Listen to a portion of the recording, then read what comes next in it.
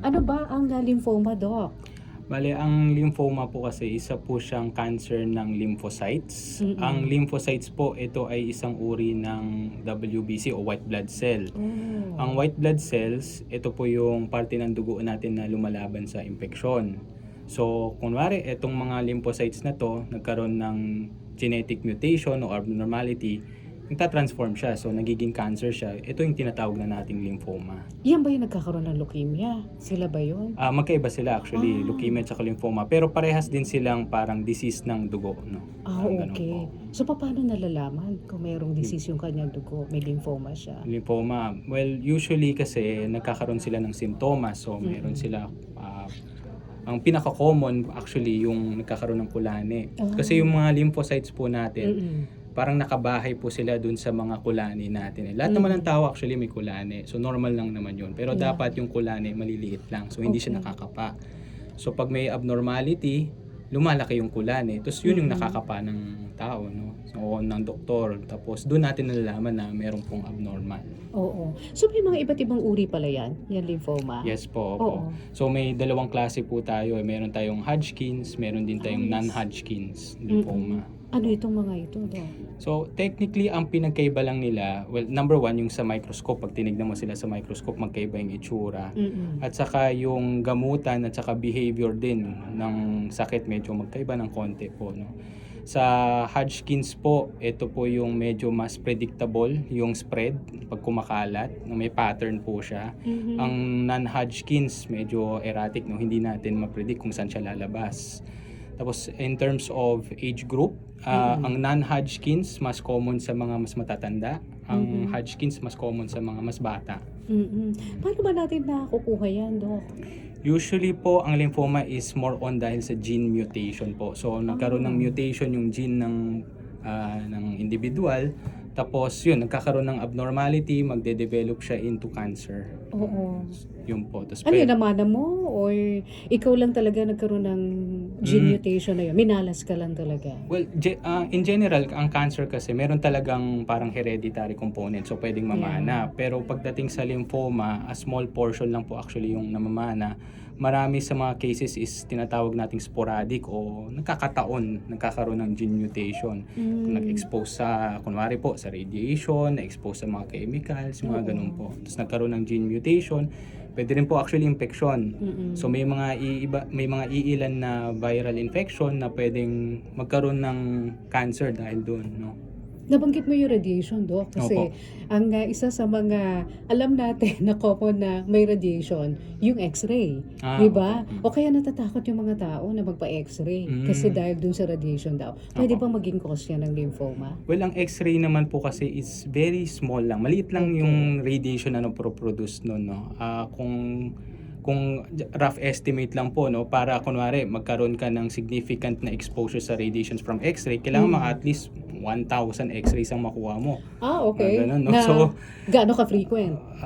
within a span siguro of 1 year. Oo. Pero syempre, bihira naman yun mangyari, Kaya di ba nga, po? oo. So, maliit lang yung radiation na nakukuha sa X-rays. So kahit na ulitin yung X-ray mo, Opo. walang problema. Opo. Wag lang 1,000 na beses na Opo, uulitin. no? Compared syempre sa mga iba, no, mga CT scan, yun. Syempre mas mataas yung radiation noon. Pero sa Oo. X-ray maliit lang. Okay. Maliit lang. Yung microwave, paggamit ng microwave, paggamit ng cellphone, may mga radiation ba yan? Opo, may mga radiation din, pero yun nga po, at a small limit lang naman. Hindi naman na talaga yan i-release into public, 'di ba, kung dangerous yung radiation na yun. Kasi hanggang ngayon yan ang kumakalat sa internet di Yes ba? po, opo, yung exposure sa radiation. Oo, pero nabanggit mo yung tungkol sa mga scans na may radiation din pala. Di ba Yes po. pina-PET scan yung may lymphoma? Yes, opo. Oo. Actually, maraming iba't ibang mga imaging na scans na pwedeng gawin para sa mga cancer patients. Pero para sa lymphoma, isa sa mga pinakamadalas nating gamitin is yung PET-CT scan.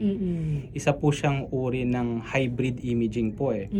Ang PET, kaya siya PET-CT kasi yung PET part sa amin yun sa nuclear medicine. So gumagamit kami ng radioactive na gamot, i-inject namin sa pasyente, tapos isa-scan namin, makikita namin kung nasaan yung cancer o yung sakit.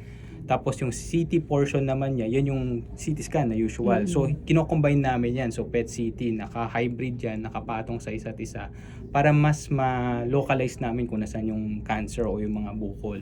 So anong ini-scan nyo? The whole body o lahat ng may mga lymph nodes? Yung ba ang Yes, ini-scan nyo? opo. Usually po ang PET CT scan, buong katawan yan eh. Hindi katulad kunwari ng CT scan. Usually isang portion lang ng katawan eh. So it's either chest CT scan, whole abdomen CT scan. Pero ang PET CT, buong katawan yan. So lahat para makita namin saan kumalat yung cancer, saan nagpunta or saan nagsimula. Pwede rin po.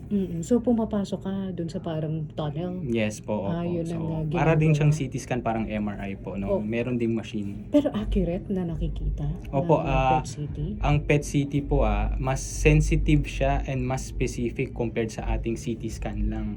Kasi meron tayong parang metabolic o molecular na component po eh. Kasi yung gamot na binibigay namin, yung radioactive na gamot na yun, ano po siya eh, para siyang asukal, no, na radioactive. Kasi ang cancer, ang mga sakit, gumagamit sila o kumakain sila ng asukal eh. So itong parang artificial natin na asukal na may radiation, pupunta siya doon. So parang iko-consume siya ng ating cancer at makikita natin sa scan saan siya pupunta.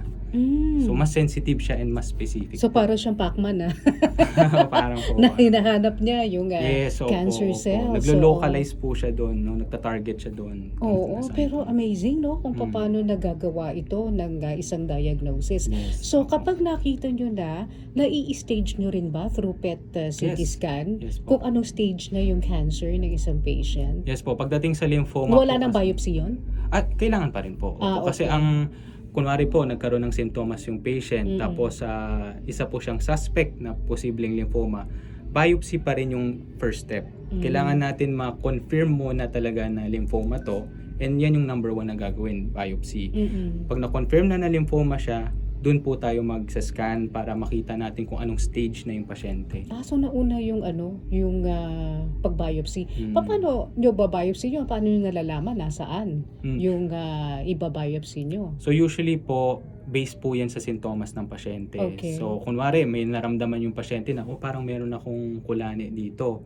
So na medyo malaki. So yun po yung target natin na iba-biopsy. So pwede pong, kunwari, core needle biopsy, parang higop lang ng konting laman. Or pwede rin po, tinatawag na excision or incision biopsy, bubuksan ng konti, tapos kukuha ng laman. Okay. So, nabanggit po yung simptomas. Yun, naramdaman niya, malaki. Sumasakit din ba yun, Dok? Minsan po, pag kunwari sobrang laki na po, Oo. no? Tapos may associated na pamamaga, pwede po siyang masakit. Pero marami din kasi sa mga pasyente actually, walang nararamdaman. Minsan kasi hindi siya masakit, no? Biglaan lang, nakapa, no? Nagkataon lang. Ibang pasyente medyo general yung mga simptomas. Kunwari, lagnat, o nangihina yung katawan, nababawasan ng timbang, walang gana kumain. So minsan medyo Namumutla, vague. pwede rin. Pwede rin po. Oo. So minsan medyo vague po yung mga simptomas kaya hindi nahuhuli agad. So pero yung mga pasyente na kunwari meron na talagang kulane, yun maano na natin, matatarget na natin. Pwede na natin i-biopsy yung mga yun. Okay. Pero di ba may mga kulani tayo na nakatago? Yes po. Oo. Opo. Paano So kung yun yung nandoon? mahirap. Yun yung Oo. mahirap po. Mahirap makita.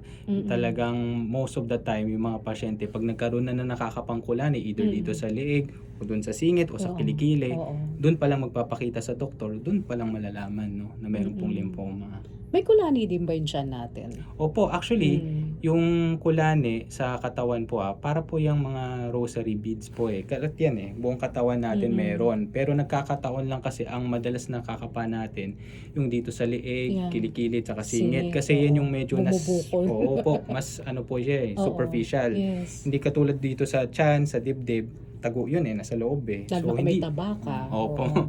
So hindi siya makakapa actually. So yun ang kahalagahan ng PET CT scan kasi nakikita mo kung ano yung nasa loob, Yes, kung ano po. nangyayari. Opo. Kaya lang, nire-recommenda nyo ba agad ang PET CT scan kahit na walang nakapa? Usually, inire-recommend ang PET CT scan pag diagnosed na talaga na lymphoma. Then doon tayo magpapa-scan. No? So hindi siya actually ginagamit as a screening tool. No? Okay. So ano po siya, parang supportive siya na imaging para alam natin kung anong stage na yung pasyente at Mm. mabibigyan sila ng tamang lunas, ng tamang treatment. Oo. Wala bang blood test na para makita rin kung may possibility ng cancer Mm. sa loob ng katawan niya? Meron po, in general, yung mga cancers, meron po tayong mga tinatawag na tumor markers na pwede Mm. natin gamitin pang monitor Yeah, yeah. ng treatment.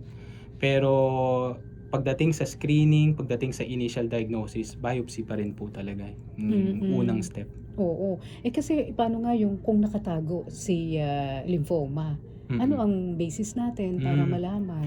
So meron din actually ang PET CT scan, pwede rin po siya gamitin sa mga cases ng unknown na primary malignancy. Ibig sabihin Mm. doon, meron tayong suspicion na ay baka nga meron tong cancer yung pasyente, hindi Mm. natin malaman saan nanggagaling.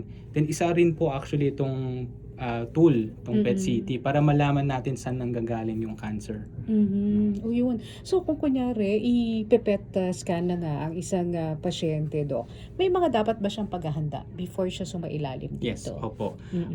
Dahil yung gamot na binibigay natin sa PET CT scan is parang artificial na asukal, no? Mm-mm. Kailangan umiwas din siya sa mga pagkain na mataas sa asukal. So yung mga desserts, mga cake, yung mga ganun po. At least siguro mga 3 araw, iwasan po yun. So low carb diet po tayo, no? Okay. Paano kung diabetic siya? Paano yun? Baka bumaba naman masyado yung kanyang sugar level. Ayun po. So kailangan po, kailangan bantayan mabuti Oo. yung mga blood sugars natin. So especially sa mga diabetic, usually naman po yung mga diabetic, 'di ba, nagme-measure ng blood test, Yeah. yung glucose nila everyday. So, So magbantay siya. magbabantay Oo, siya. sa loob ng Oo. 3 araw lang naman. Opo. So Oo. pagdating kasi ng araw ng scan, dapat yung glucose natin o yung asukal sa dugo nasa at least less than 200. Okay. So pag more than 200 kasi, ibig sabihin masyadong mataas yung asukal sa dugo, pwedeng hindi maganda yung makuha nating images sa PET CT. So kailangan bantayan talaga mabuti yung blood sugar, no? Okay. Kailangan ba hindi siya kumain before siya mag-PET CT scan? Yes po. So Oo. may fasting po tayo at least mga 6 hours po, 6 na oras bago magpa-CT scan. Pero PET pwedeng CT scan. magtubig, Dok. Pwede naman po, pwede Oo. magtubig naman po. May specific tubig ba? Bawal ba ang mga distilled or Wala other- naman po. Okay. Basta Okay lang tubig. ang plain Oo. water, basta wag flavored water, no? So Oo. syempre may additive na 'yon. So basta plain water lang, distilled o purified, okay lang po 'yun. Mhm. So kung na-PET scan siya, na-diagnose na talaga may lymphoma, ano na ang mga next step aside from the biopsy, Doc?